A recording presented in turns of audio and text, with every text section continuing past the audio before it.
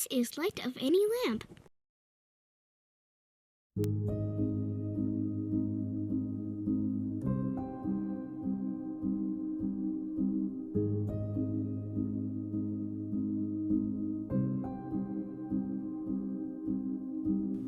Hello and welcome back, all you judicious souls, to my little corner of the internet. Welcome back to Light of Any Lamp. Today's hot take: ducks are rabbits, and that coworker of yours isn't nearly as annoying as you think she is. So I want to start off today. Need to make sure everyone here has seen the optical illusion of the duck rabbit. If you don't know what I'm talking about, you do now. The other one very similar to this is the young maiden old hag here, which symbolically I actually like better, but it doesn't turn itself into a verb very well, and I'm going to try to start using the word duck rabbiting by the end of this video and hope it catches on. Keeping this a little bit in mind, I'm actually going to talk about the weather, because on any given day, it is either nice weather to you, subjectively speaking, or it is not, and it will be the other one at some point, because weather is like that. And you know and have heard and have probably said both these options. On a nice sunny day, somebody will say, yeah, and it's supposed to end by the weekend. Or alternatively, yeah, it's cloudy out right now, but it's supposed to clear up by the weekend. And at any given moment, you can actually never talk about bad weather the whole year and still talk about the weather. By talking about the days you like when they're happening, or the days that you're looking forward to as they're going to come up.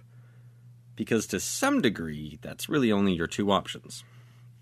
Now, for some of you who have interneted too long and are carefully listening, this will sound a lot like a glass half full, glass half empty kind of thing, and they are totally different, 'cause reasons. Don't make this awkward. But where I want to go with this, because they are literally the beginning and end of these videos, is people. Because I am real close to positive that you have a sibling, a friend, a spouse, a coworker, or you are this person, is a little harsh, a little too blunt, borderlining a little mean sometimes, very, very straightforward. And you could say honest to a fault and actually mean it that way. Similarly here, there's a couple of critiques and criticisms that you could make about said friend or coworker. And much in the case that in the duck rabbit image, both of those images really are there, your critiques might quite well be accurate. They're true. At the same time, you could likewise see this image of this fellow human being, that the virtues and the perfections they're trying to hang on to are honesty, are straightforwardness and truthfulness, and trying to act and speak when they feel like others won't. And likewise, that is also true. Both the duck and the rabbit are there. While holding on to those perfections, anyone I've ever met is very well aware that while trying to perfectly balance things, be able to be a person of action under all circumstances, and be all things unto all men, it risks imbalance on others. The counter to this caricature that I've made is the very passive, quiet, and submissive friend. Now they have decided that whatever their faults are going to be, they're not going to get angry. They're not going to hurt someone's feelings. They're not going to be the cause of grief. They're not going to argue or ever arouse hostility. They will be peaceable and kind, even if to a fault. Seen negatively, they might come off as sugarcoating. They might come off as dishonest. They might come off as overly passive, always wanting things done a certain way but never necessarily willing to do them themselves. And here too, both images are present. They really are both there. Now, for the philosophically astute and or pejorative amongst you, somebody may want to say, yes, but sometimes things really are black and white, and that is absolutely true. And it's also not, because it's somewhat in the nature of perfections, the nature of virtues. If you are cowardly, it is an absence of bravery. There's still some amount there. Both are present. I'm not arguing that it's 50-50, but this idea does seem to stretch around quite a lot. It canvasses a great deal, if not maybe everything. Now again, bonus points for those who are listening so acutely. I have not actually made an argument at any point here for which you should do. I have tried to remain quite descriptive. There are no shoulds or oughts present yet in this video, and there is still not going to be, but I'm going to get darn close here. So for your consideration, I think we can at least, again, descriptively agree that one of the two of these options is just way easier than the other. Negativity and pessimism is effortless. I don't know about any of you, but I am masterful at this. I've been masterful since birth. I didn't need any practice. I can find out stuff I don't like about other stuff or other people when I'm multitasking from 20 meters. I don't even have to talk to you. I could easily come up with a whole bunch of things that I've decided I don't like or you should be doing better. It's super easy. I could be on Professor X's negative X-Men team of pessimistic mutants, and I would be the team leader. This is not hard. I don't know if any of you struggle with this, but it is a very natural skill for me anyways.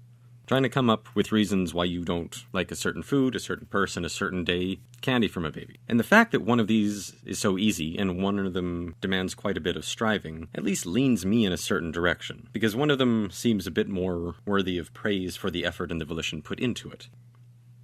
Second to this, again, without quite making an argument on which you should do, I think it's pretty easy to answer which one you're hoping other people do to you. Whether you hope that other people try to look on you as a young maiden or an old hag, again, try not to read into any of this too literally. I think most people have a really easy time answering the way that you would like other people to do it, especially if it's directed at you. And related to this, I think there's a loop that goes on, because if you look quite negatively towards others, if it's always either a cloudy, rainy day, or it's going to be a cloudy, rainy day, and that's generally how you see things, the chances that your best guess, all other things being equal, with tons of exceptions, that you're going to think that's how other people think, kind of starts to go up. Doesn't obviously seem any reason it's going to be down. But it's important in all of these things that one, as I mentioned before, both of those things are true. And two, in this case, if this is old hag or young maiden, the world is neither of those two things. You are. This is a quality of yours, not of the world. The world isn't optimistic or pessimistic at all. People are. And lastly, I think it's important to point out and consider that even with all this being said, people are neither of these statically, not absolutely and unchangingly. I don't want you to go through and categorize all your friends, family, and coworker on what kind of fault they make, because all of these are very context dependent, which I mean by time and situation. For any parents out there, there are qualities and characteristics that you have likely taken on as part of a role that is now a part of your life that you didn't necessarily have or even need at an earlier point in your life. For a more familiar one, my family has a dog, and sometimes doggo there goes and does stuff that he should not, and discipline and or punishment needs to happen. If my wife already does this, I don't need to do it a second time. Somebody needs to fill that role, and somebody needs to see this through. But it doesn't need to happen twice, and so it is not necessarily a quality of either of ours. It will be very situational.